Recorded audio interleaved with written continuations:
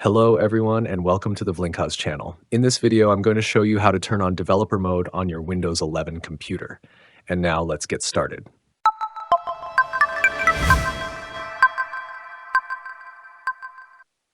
Developer mode lets you install third-party apps that are normally restricted and gives you access to certain debugging tools and features. To enable it, open the Start menu, search for Settings, and click on it.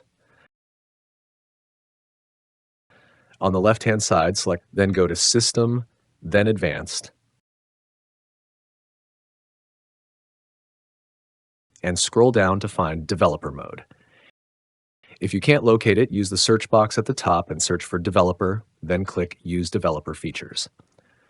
On the page that opens, make sure Developer Mode is turned on, and when the security message pops up, press Yes. Once done, you'll have full access to all Developer Mode features. I hope this quick tutorial helps you. Don't forget to like, share, and subscribe. As always, thanks for watching, and see you in next video.